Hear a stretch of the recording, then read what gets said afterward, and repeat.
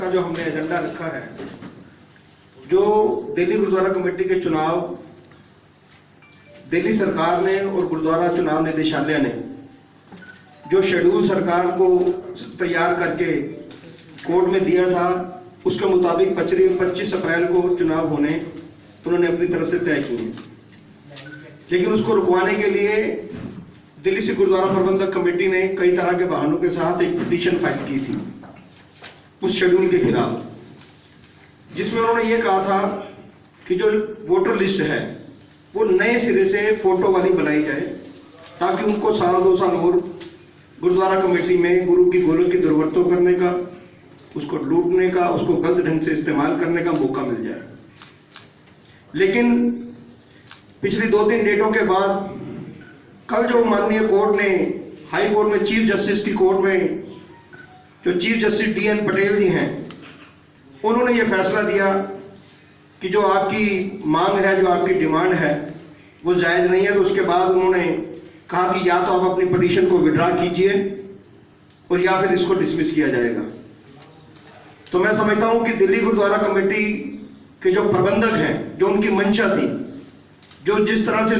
इसका बहाना लेकर इस चुनाव को रुकवाना चाहते थे, वो मंशा उनकी फेल हो गई। और बहुत मैं समझता हूं कि एक तगड़ा तमाचा उनके मुंह पर लगा कि जो चुनाव को रुकवाने का और गुरु की गोलक को लूटने का जो उनके मन की मंशा थी, उसमें वो कामयाब नहीं हो पाई। कोर्ट ने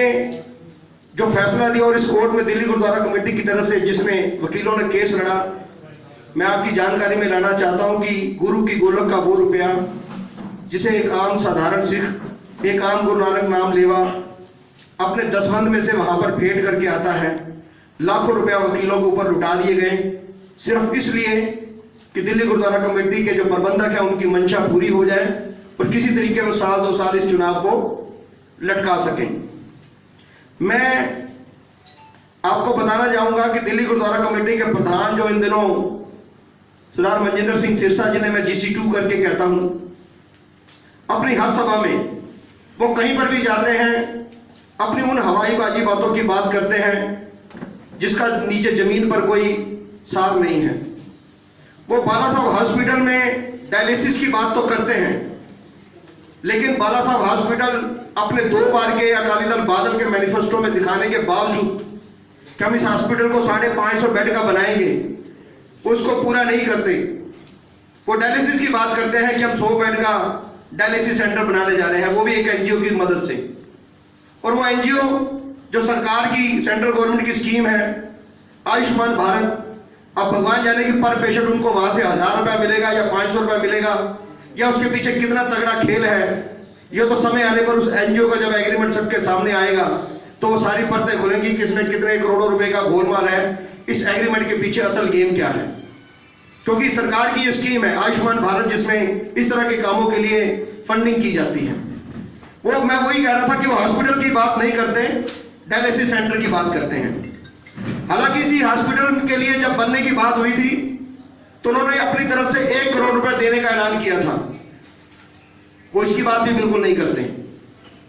सवाल इन बातों का है, वो बात करते हैं किसानों की, किसानों के आंदोलन की, लेकिन आज किसान जिस हालात में पहुंचे, उनको सड़कों पर बैठना मजबूर होना पड़ा, वो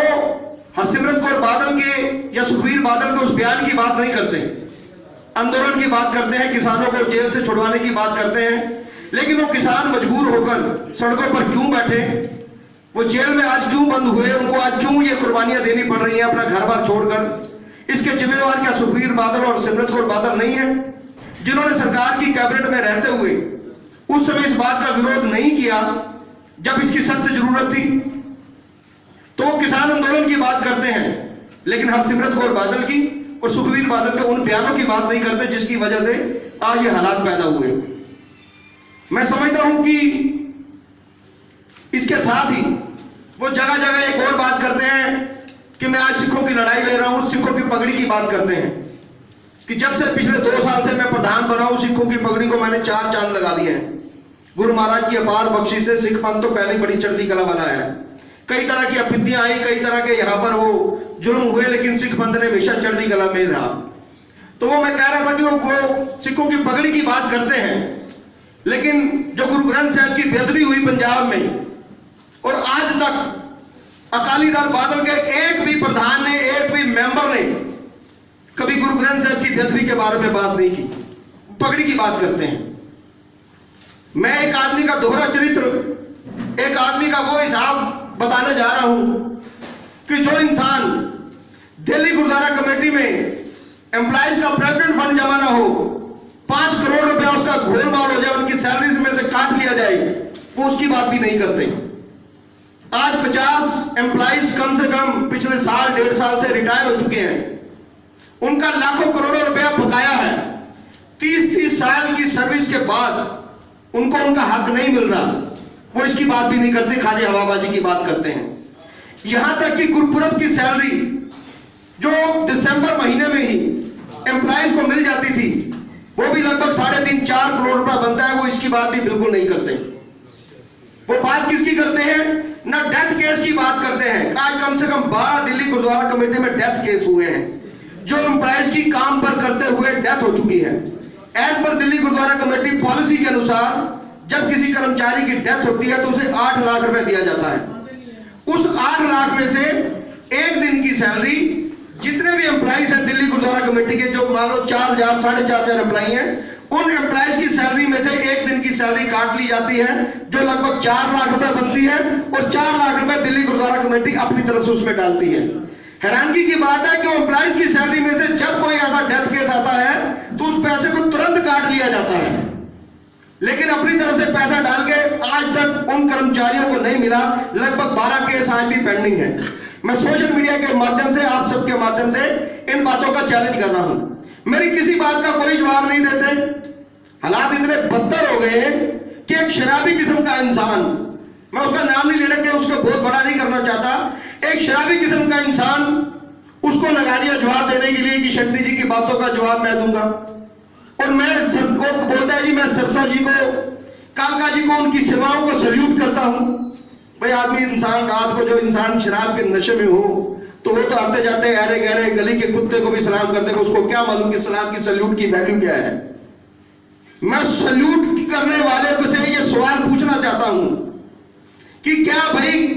सल्यूट करते समय मनजिंदर सिंह सिरसा ये पूछोगे कि ये एम्प्लॉई का प्रोविडेंट फंड आप कब जमा करा रहे हो? मैं सल्यूट करने वाले इंसान से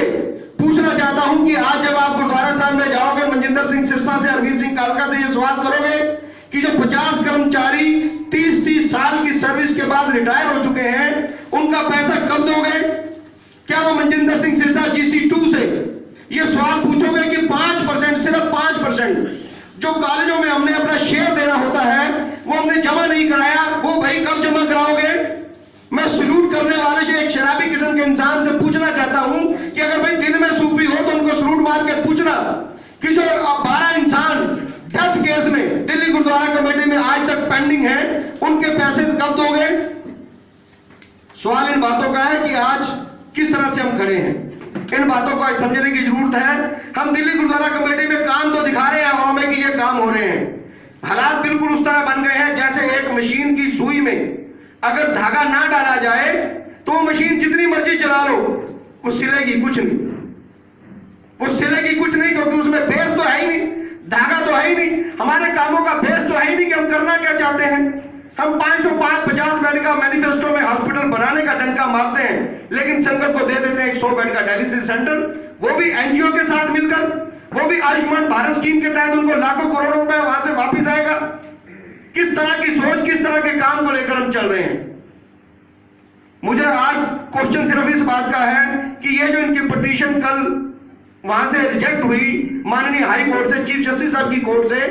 तो उसके विषय में ये आप जवाब दें कि अब दिल्ली गुरुद्वारा कमेटी के जो चुनाव हैं, उन चुनावों के आने से पहले क्या आप ये ऊपर जो 15 से 20 करोड़ रुपया आज पेंडिंग है, कम से कम 10 करोड़ रुपया उन लोगों का पेंडिंग है जिन्होंने आपको घी सप्लाई किया, चावल सप्लाई किए, दाल सप्लाई की, 5 करोड़ रुपया लगभग आपके ऊपर पेंडिंग है जो आपने 8 महीनों का प्रोविडेंट फंड जमा नहीं करवाया। 5 करोड़ रुपए आपके ऊपर पेंडिंग है जो आपने रिटायरमेंट के और डेथ केस के लोगों के आज तक पैसे नहीं दिए। आप तो 2 महीने बाद यहां से सुरक्षित हो जाओगे, रवाना हो जाओगे। इन 20 करोड़ रुपए की देनदारी किसके ऊपर होगी? भाई सरना साहब तो जाने से पहले 125 करोड़ रुपया जो इनके विरोधियों ने भी माना, भूतपूर्व प्रधानों ने भी माना कि वो छोड़कर गए थे। तो आप भी तो बताइए कि आप ये जो 20 करोड़ रुपए का कर्जा छोड़ के जा रहे हो उसके विषय में क्या फैसला होगा। अब मैं इसके साथ ही आज दिल्ली सरकार से और गुरुद्वारा डायरेक्टोरेट से ये अपील करता हूं और उनसे ये डिमांड भी करूंगा, उनको पत्र भी लिखूंगा कि अब कोर्ट के फैसले के बाद उन्हें तुरंत नोटिफिकेशन जारी कर दिल्ली गुरुद्वारा के कमेटी के जो चुनाव हैं वो समय पर अपना करवाने के लिए उसके ऊपर कार्य करना चाहिए, क्योंकि ऐसे इंसानों की मंशा का कुछ नहीं पता। आज हाई कोर्ट है तो कल ये कोई सुप्रीम कोर्ट का रास्ता ढूंढकर या और कोई नया काम कर इस चुनाव को रुकवाने के नए नए हथकंडे अपनाए। आज मैं डिमांड करता हूं माननीय उपराज्यपाल साहब से, दिल्ली की सरकार से और दिल्ली गुरुद्वारा डायरेक्टर से, आप लोगों के माध्यम से कि अब तुरंत से तुरंत इस कार्य को पूरा करते हुए आपको नोटिफिकेशन जारी करना चाहिए और नोटिफिकेशन जारी करने के बाद इस चुनाव को कराने की आपकी क्या मतलब प्रक्रिया होगी, किस ढंग से ये चुनाव शुरू होने के बाद किस ढंग से मुकम्मल होंगे, ये सारा खुलासा दिल्ली की संतों के सामने किया जाना चाहिए, ताकि एक नए प्रबंध को सुचारू रूप से चलाने के लिए आज जो 72 हालात दिल्ली गुरुद्वारा कमेटी में बन चुके हैं उसके ऊपर किस तरह से रोक लगाई जाए, किस तरह से लगाम लगाई जाए। इसके साथ ही इन 2 महीनों के अंदर अंदर जब तक चुनाव नहीं होते, मैं एक ये डिमांड दिल्ली सरकार से और डायरेक्टोरेट गुरुद्वारा से भी करूंगा कि इन दिनों में जिस तरह की गलत ढंग से भर्तियां की जा रही हैं, प्रमोशंस की जा रही हैं और कई तरह की फंडिंग अपने उन मेंबर्स को लुटाई जा रही है जो उसका दुरुपयोग करके अपने अपने हलकों में, अपने अपने क्षेत्रों में उन रुपयों का दुरुपयोग करके, दिल्ली गुरुद्वारा कमेटी की ट्रांसपोर्टेशन का दुरुपयोग करके उस सबको रुकवाने के लिए भी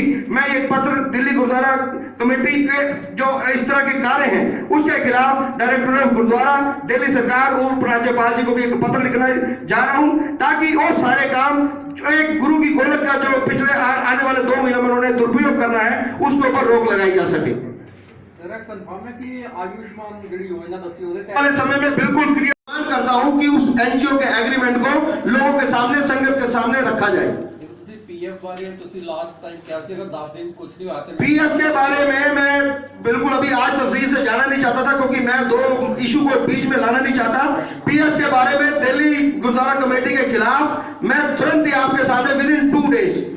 के अंदर बता दूंगा कि मैं इसके खिलाफ क्या कानूनी प्रक्रिया करने जा रहा हूं और इनके ऊपर जिस तरह के भी क्रिमिनल केस या जो भी जिस तरह के केस होंगे उसके ऊपर वो दायर होंगे, ताकि अपनी जिम्मेवारी से बच ना सके। पहली गल है कि ਤੁਸੀਂ ਕਿਹਾ ਕਿ ਵੀ ਖਰਚਿਆਂ ਦੇ ਨਜਾਇਜ਼ ਭਰਤੀਆਂ ਰੋਕ ਲਾਈ ਜਾਏ ਕਿ ਗੁਰਦੁਆਰਾ ਐਕਟ 1971 ਚ ਇਹ ਪ੍ਰੋਵੀਜ਼ਨਸ ਹੈਗੇ ਨੇ, ਤੇ ਦੂਜੀ ਗੱਲ ਸਰਕਾਰ ਕਿਉਂ ਕਰੇਗੀ, ਤੀਜੀ ਗੱਲ ਕਿ ਸਰ ਨੇ ਜਦ ਸਨ ਗੁਰਦੁਆਰਾ ਕਮੇਟੀ ਦੇ